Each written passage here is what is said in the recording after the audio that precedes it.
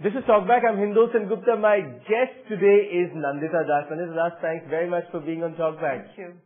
I want to begin by asking you a question that a lot of people ask, sometimes, with a bit of a smirk nowadays in India. What is the future of the artist activist in India? Because there was an entire... Is there such a category? I mean, is it large enough It category seems to be, isn't it? Because at least in popular dialogue, if not in sheer numbers, there was a time when the artist activists had a very prominent role.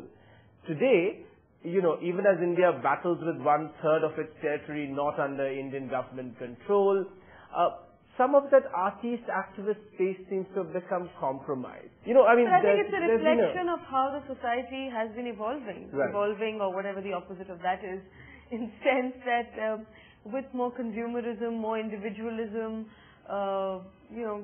I think compromises have just probably increased. I think there are still voices that do come up. And for instance, if you remember when Safdar Hashmi was murdered, right. there was a spontaneous outburst of artists from all walks of life, like painters and dancers and musicians and filmmakers and writers, who just came onto the street, and that's how in fact Sehmat was formed. I'm glad you mentioned the Sehmat and the Safdar Hashmi example, because I Right. wanted to ask you, could that happen today again? But the thing is, something why do similar we happens? wait for something like that? My point is that why are we only reactive? But if it happens, would there be a collective outpouring like that again? I think so. I think it should, because most of us want to believe that we do still have a conscience, and but I still feel that we are still way too just reactive. We don't understand the urgencies of issues that are sort of on us, whether it's about violence, whether it's about climate change, whether it's about women's issues, whatever it may be. I don't think we are a collective. I don't think we are very insular. We are in our own little world. Something huge happens, we react to it, we come together, we again dissipate and go into our little world. It's not really a movement. There's nothing that really binds us. So there is no such category that I think really exists. I wish there was more of that. And there often seems, for people like us in the media, that there isn't a common theme that even binds together the activist artist or the artist activist community. Because, for instance, the most sort of vibrant debate seems to happen every time Arundhati Roy, for instance, writes something. Right. So there will be 5 people who believe, and who will come to television, for instance, and believe in the critique of the state. Has the debate actually been negated, or the power of the debate being negated because it's been taken to an extreme? At least someone like Arundhati Roy brings in that debate. Yeah. At least there is a space where Sure. people have opinions, because between the black and white, which often the media likes to portray, there's a whole lot of grey opinions as well. That's right. There are people who are exploring those grey areas which are more interesting, but they're not as sensational.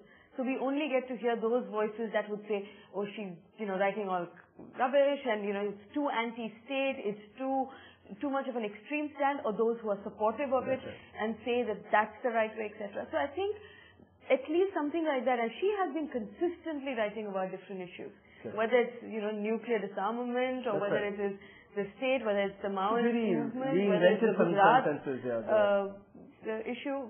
So, at least someone's been writing about it. But there are, I think, other people. Even what has been happening with M.F. Hussain. That's right.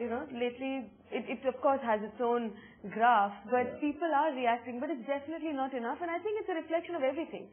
Look, whether it's media, whether it's artists, we are not in isolation. We are also a reflection of what the general flavor of the season is. Correct. And the flavor of the season is getting to be more and more apolitical.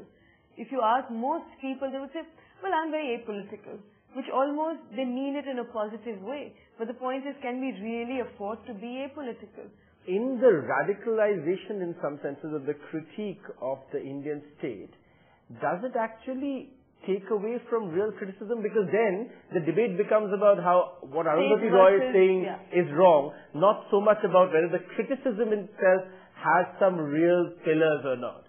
But why are we only talking about the state? State is one aspect of it. There is civil society. What happened after the Mumbai attacks? There was the role of media, there was the role of state, there was the role of civil society, there was the role of intelligentsia, and there were whole lot of opinions were floating, and certain opinions were given more importance than the other. But it didn't mean that everybody had an opinion on it. So I don't think it's just state or anti-state, but I think more about how the civil society is reacting. What is the role of media? I think after that, the role of media also dramatically changed. That's right. In fact, the channel, and without naming anybody, but the channel that actually sensationalized it the most, it was found out that their TRP was the highest. So was it, it's a chicken and egg situation. Was there a greater demand for that kind of voyeurism and therefore the TRP went up? Or was it because that kind of diet or food was given out and an appetite for it was being created? But, so what is it really reflective of? So I think while we all love to hate the government, I think the problem doesn't lie only there.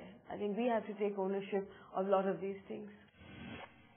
When these multiplex films, which really cost quite a bomb, and it's a whole package deal with your popcorn and whatever, it's an expensive outing that only a certain class can really enjoy. So what happens to all others?